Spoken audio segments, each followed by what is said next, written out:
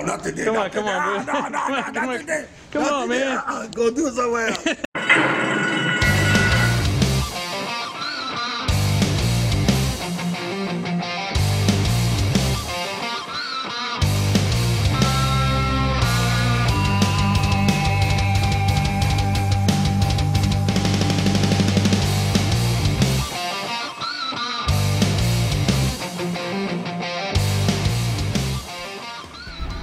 Hello again, everybody. HorseManDon here with another edition of the HorseManDon Show. Well, I came out to the track early this morning, as I always do on Tuesdays, to get the scoop from the horsemen and women here on the backside during training hours as they get ready for some great race days coming up here at the track. We are entering week number 17 of our season this Wednesday night. We'll race Wednesday through Saturday with post times each evening at 5:40 p.m. Don't miss any of the action. We've only got 4 weeks left in the meet. This current season runs until March the 10th, and then the Thoroughbreds are gone once again until next October. Well, on this episode of the HorseManDon Show, we're going to visit with two really nice ladies who are starting a great organization to find second careers for racehorses that get off the track and need something else to do, and they repurpose them, if you will, and find new careers for them after the race days are over. We're also going to talk to Chris Richard, the trainer who sent out Underpressure in last Saturday night's Louisiana Premier Night Championship. That horse almost won the race. It was a heartbreaker. He only lost by a nose to a millionaire named Mobile Bay. Chris was happy with the effort, though. We're going to find out his impressions of that race. And we'll also talk to jockey Alfredo Contreras, who scored a big long shot win on Louisiana Premier Night last Saturday with a horse named Sayonara. All that and more is coming up on this episode of the HorseManDon Show, so let's get started.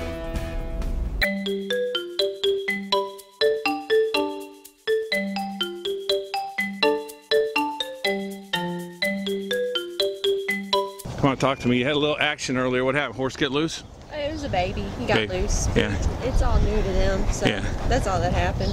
You got one in it? You got him back pretty quick? My horse went out the gate trying to do what he was supposed to do, and the horse went back to the barn, so I went back and got him. Ran him down? Yeah, kind of. Yeah, it's when you get a little action in the morning, huh? Oh, yeah.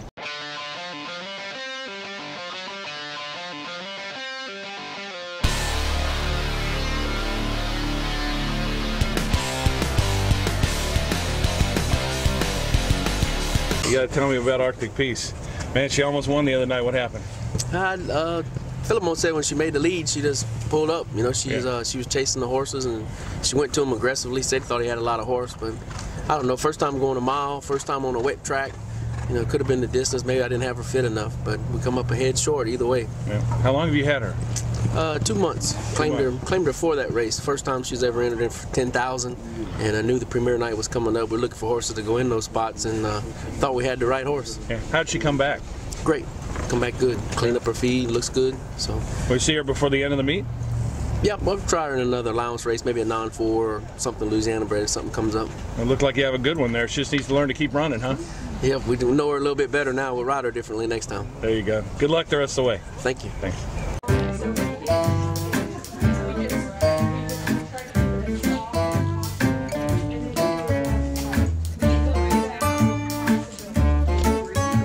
Okay, Chris, are you heartbroken or happy with the effort? I'm happy with the effort, never heartbroken. All you can ask is for these guys to go out there and run hard and put a good performance, and he always does that. I mean, yeah, it's about as tough as a beat as you can get, but we're just ecstatic with how hard he ran.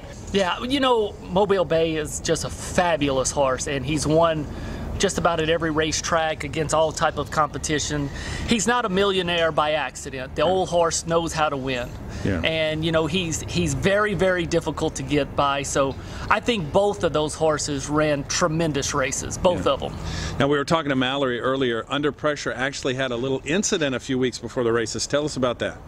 Yeah, it happened about 3 weeks before the race. He was on the wash rack, and you know, he's a typical colt. He can be ornery, and just for whatever reason, he slung his head, and when he slung his head, he caught the very edge of the wash rack, and he actually just ripped his nose in a V, if you want to just think it just got peeled. Wow. It wasn't real deep at all. It was all superficial, but we had to stitch it back up in a V where he just tore it.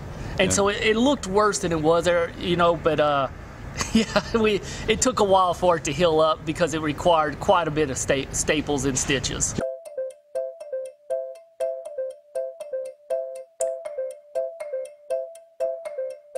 All right, Alfredo, you win with Zayanara the other night, long shot. How'd you feel going into the race? Did you have a chance? Yeah, I have rode her before, and it finished. Actually, it does kind of like the mud, so I was kind of pretty. It was confident, and the trainer just told me kind of to ride her like as I rode her before. I won 2 races with her, so I was pretty confident on her, and it was a little tough race, but she pulled it up. I mean, she did good. Now she was quite a ways behind. I mean, did you plan on closing that much ground? I was a little worried about it, but I saw I mean, I know they took off a little quicker than what I was expecting, but she usually close. The first time I won with her, I kind of stay about the same, and it came close pretty fast. So yeah. Now, when you turned for home, when did you think you had a chance to win? Because you got up in the final strides. Yes. Well, I kind of left her, kind of did it on her own. I just kind of asked her, and it's just kind of stay on the outside, and I left her, and she just keep running. So I was like, well, hopefully we can get it, and we got it. We got it done. So.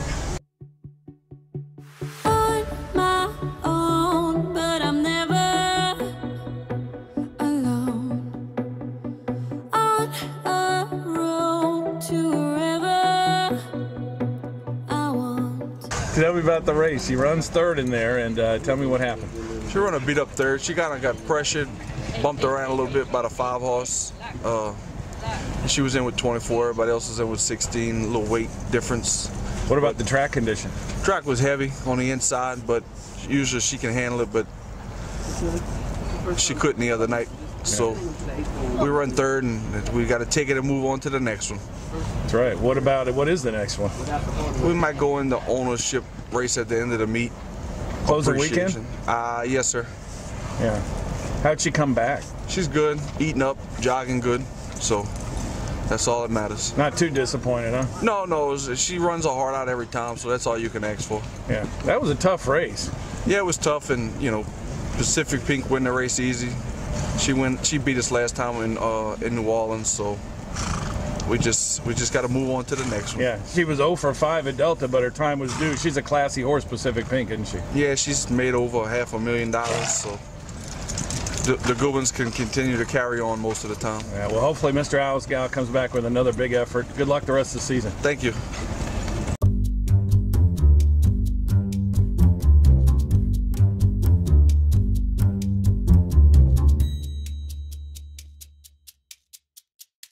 All right, Brett, how did Louisiana Premier Night go?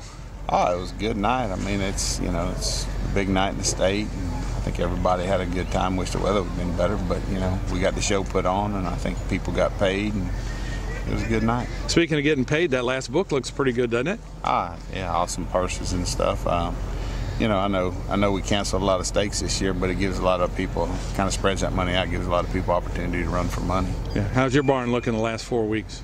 It looks pretty good. I mean, it's just a matter of what races get used and how they pick through them. But we're going to be able to run some horses in some decent spots, I think. Well, great. Well, good luck. Thank you very much. All right, thanks.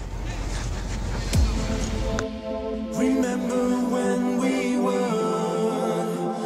young and immortal, when life was just a game and nothing really mattered, when I was so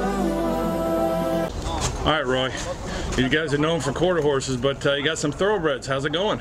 Oh, right now everything look good. I tell you, it's getting to be like I like what's going on, and I think these horses I got, they got good condition. We can win a few more races with them. Yeah. Well, what was it like for? Let me ask you real quick. Your brother Kenny to win the championship trainer there. That was awesome, huh? Oh, I tell you, that's a God blessing. I tell you, that's one race everybody's dream. And right now he's still having fun about that race there. Oh, you guys are hard working, I'll tell you that. What made you get into some thoroughbreds now? Well, we had owners that got horses, quarter horses, and they decided to let us try the thoroughbred. So we're going to take a shot. I'm right here at home. I don't go to the Sweetport meet, so we're right here and doing the thoroughbred meet right here at Vinton. So we just see how it goes. It looks like it's going to be all right. Hey, you told me earlier you do have some thoroughbred experience in the past. Tell me about that. Yeah, I tell you, a long time ago, it's a guy, Walker Travis, was training thoroughbreds in Houston, and we always go there and bring the quarter horses, and he offered me a job, and I stayed there 3 years, and it was a good deal, I tell you. And I just didn't have no experience with owners that get thoroughbreds, but I liked it all the time, you know. Yeah. So are you just going to do this at Delta, or will you run thoroughbreds throughout the rest of the year? Yeah, I think we'll go the rest of the year. We got some babies. We're getting broke, and it'll be probably, you know, right now it's a future thing going on. Mm-hmm. So is it the Roberts brothers going to do quarter horses for Kenny and thoroughbreds for you, or you do both? Well, we're going to do both. Yeah. Yeah. Yeah, well, that's good. Well, you've had good success so far. Good luck the rest of the way. All right, thank you, Don. Well, it's time to take a break here on the HorseManDon Show. We'll get to the jockey and trainer standings through 16 weeks of our thoroughbred season here in just a moment. This episode of the show is brought to you by the Chalkbuster. My good friend Mike Barker brings you the Chalkbuster picks each day for simulcast tracks around the country. It's just $5 for non-favorite morning line picks, and he's been very hot lately. You want to check out the Chalkbuster on twinspires.com and brisnet.com. You can get them right there for just $5 a day. The Chalkbuster is all value, no chalk every day, and I highly recommend it. Well, if you come out here to the track, we'd like you to enjoy the evening in the Lookout Restaurant. If you're watching the races, it's situated high atop the building, just past the finish line for all the action. They've got an open-air balcony, the wonderful crew, and some very tasty food. They serve you steak, salad, seafoods, desserts, appetizers, any drink you can think of, Christy, the bartender, can make. Check out the Lookout Restaurant right here at Delta Downs the next time you come out to the track. We'll get back to this episode of the HorseManDon Show in just a moment. Right now, let's take a peek at the jockey and trainer standings through 16 weeks of the season.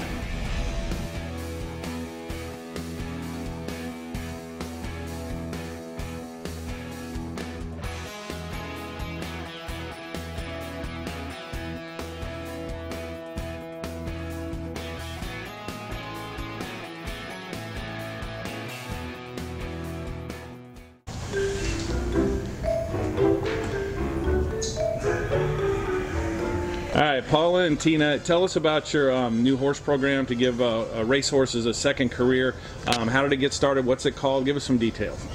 Well, the name of the program is Back from the Track. We're taking retired racehorses and we're not rescuing them. We want to rehome them and foster them to kids that are trying to get into hunter jumper or other disciplines. And I think we started talking about it about a year ago. Yeah. We got together and started trying to put it together and try to find good homes for these horses. Now, how did you guys meet up? Now, you're friends with Paula's sister, right? I am friends with Paula's sister. I've known her since I was about 15, and then Paula and I kind of got back together the last year or so because I have a retired racehorse at the stable that she keeps her horse at, and so we just kind of started hanging out, and she got me into showing my horse, so we ended up on the road together a lot, and the idea just kind of started bouncing around the truck. Now, Paula's sister is Patricia West, right? Yes, Patricia West is where I got my beloved retired racehorse, Easy to Please Me. I just walked into her barn one day and fell in love with him, and he just so happened to need a new home, so he ended up with me, and he's completely changed my life. So that's another reason that I wanted to kind of do the same thing for more horses after him, because I could see how much he liked his second career. Now, you used to work with a prominent trainer too, didn't you?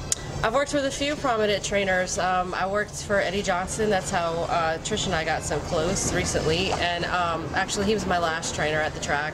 I've worked for Al Stahl. I've worked for a few trainers at the track. That's fantastic. How did you guys got together and you spawned an idea? Tell us about this program. What's it called?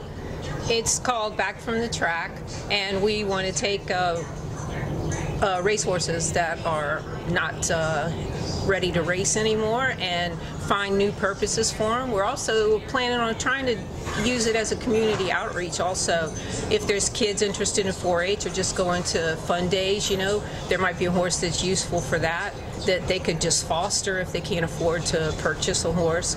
And we know from growing up around the horses, it can really keep you out of trouble, and it does a lot of good for the horse and for the kids.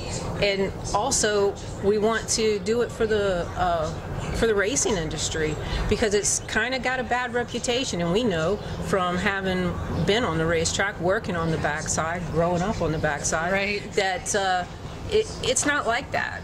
That the racetrack, the majority of the people, I mean, in anything, you got some bad people, but the bad people are kind of pushed out by the people that want to take care of the horses. I mean, these horses at the racetrack, you know, they're bread and butter, right? Yeah, they're the bread and butter for the people, and they want to give them good care, and they want a good place for them to go when they're finished. And these trainers, you know, the owner's paying a day rate. It's expensive to keep the horse, and so when the horse isn't useful for racing anymore, and it's got to go somewhere, it needs to go somewhere quick because it's just too expensive to keep one around that's not going to run and make money anymore.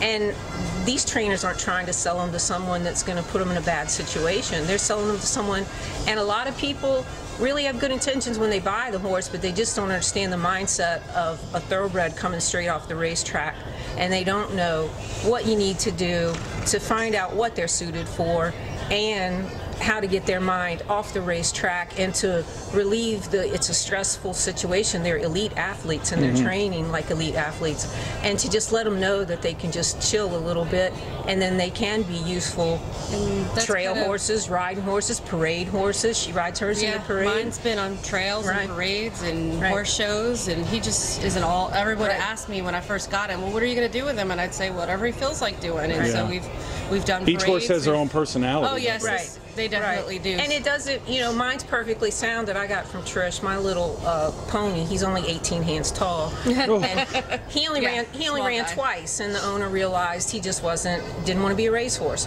And Tina's, on the other hand, ran a few times, and he has some soundness problems. He's got some screws, he's got a bow, but he's still quite useful, and she has no soundness issues with him, where on the racetrack he couldn't stand up to the training. So it's not so much that they have to be a pristine sound horse, you know. They still can be very useful. They can be very useful. Yes. He's done everything I've asked him to do, plus some, and I've never had an issue with him, knock on wood. I've ridden him on a trail ride with 350 other horses. I've ridden him in parades, multiple parades. Audubon Park in New Orleans. He went to Kentucky and competed in a tip program and did quite well. He's just actually coming into himself as a hunter jumper, and will do anything I ask him to do. They want to have another job. They want to be retrained to do something else. I don't really like to call our program a rescue, because I don't feel like we're rescuing. We're just reprogramming them and retraining them and rehoming them to find a new their new career, their next career. And some of them might take longer than others. Some of them, they might just need to go to someone that just wants a horse out in the pasture to look at. And there's people that want that.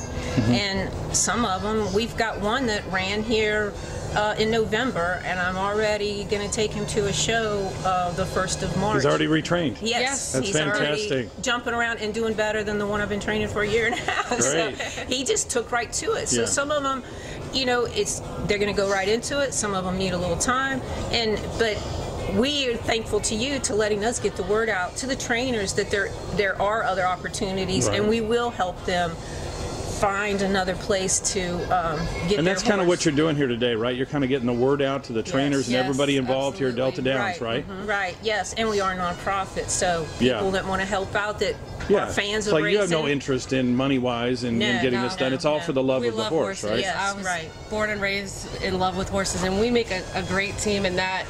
Paula's kind of the one that'll take them in and sort of figure out what their niche is and get to know them that way. And I'm the one walking down the shed row, feeding them all the candies and petting them and whispering in their ear, hey, she put a blanket on the goat. I did blanket on the goat. I did. She's a big spoiler. Yes. Now this sounds like what you're doing is phenomenal. That's great, and we need more of this in the industry. Tell people where they can get a hold of you and where your organization is going from here. Well, we're kind of starting from the ground up right now. We're in the baby steps of getting started. So it would be www.backfromthetrack.com. You could get in touch with us there, or backfromthetrack@gmail.com. You could call either Paula or I. We could give you our numbers, and they could call us there and contact us there. And soon we'll have cards to hand out at the track and some flyers so people can get in touch with us through that. And we're in the middle of creating a Facebook page too, so people can contact us there. We'll be on Facebook soon. We are, when we get to where we can take in more horses. I'm actually supposed to take one home today that Trish is decided she's not going to make any more money. And we will come around with some flyers and hopefully backside will let us pass them out or post it in the racing office so the trainers will know how to get in touch with us when they have one to go, or the owners. And they, you know, we're setting it up so it will be a tax deduction for the owner when they want to. So it benefits everybody. Yes, right. Yeah. Yes. That's fantastic. And it should be a good thing all around. We're excited by it. We really are. Yeah. I can't wait. Well, I can tell you all have a love and a passion for this, and that's what it's all about. So thanks for all your hard work. Thanks for visiting with me today, and good luck with the new program. Yeah, thank you.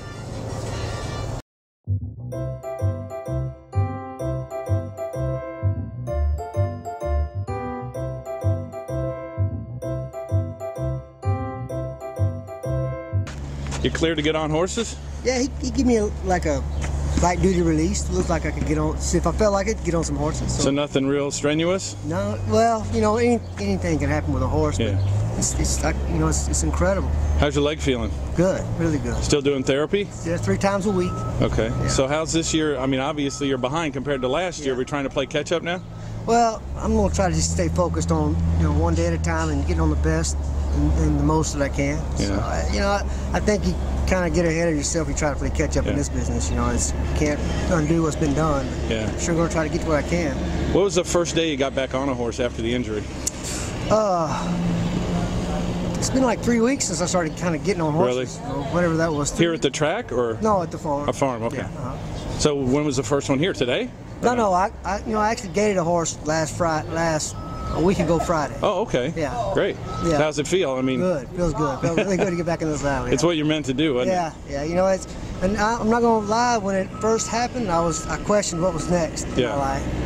But as I went with the therapy and the recovery, then it was clear to me what was going to happen. Yeah, and your body told you were ready to come back. Yeah. Well, good. Well, best of luck to you. Okay. Thank you very much. Stay brother. healthy. Thank you.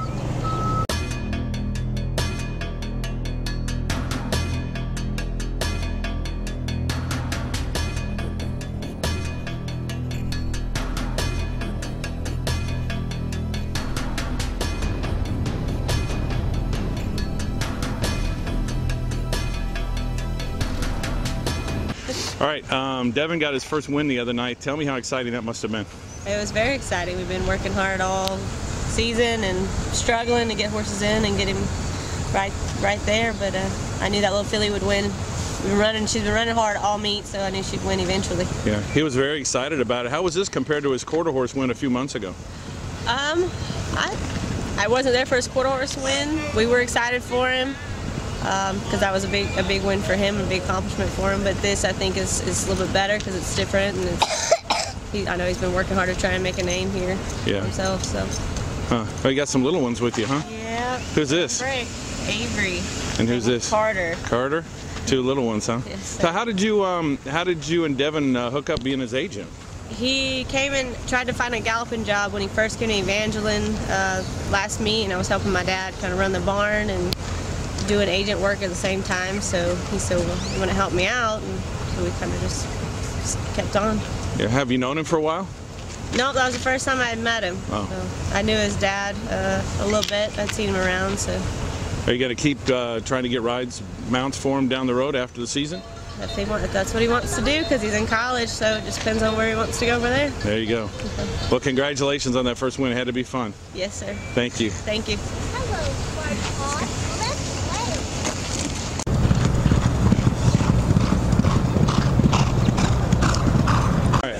All right, Stevie, you're back here at Delta Downs. You're going to begin your career again. Tell us kind of what led to you being off for a while and now coming back.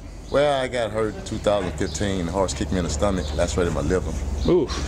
So then I gained a little weight, you know how that go. Then I started working in the plant, broke my ankle, and I said, well, I'm going to make a comeback, start back galloping. And my weight started coming down on its own, so I said, I'm going to make one more trip at it. Yeah, you out here getting babies ready now? Yes, I got a few good babies, and they look promising, so it really makes me want to come back. Yeah, what trainers you working with? I'm working with Henry West, working with some boys from back home from Houston, Ed Godfrey and stuff like that. Coach, matter of fact, Coach Robinson, Kenny Robinson, he's breaking a bunch of horses for Ken.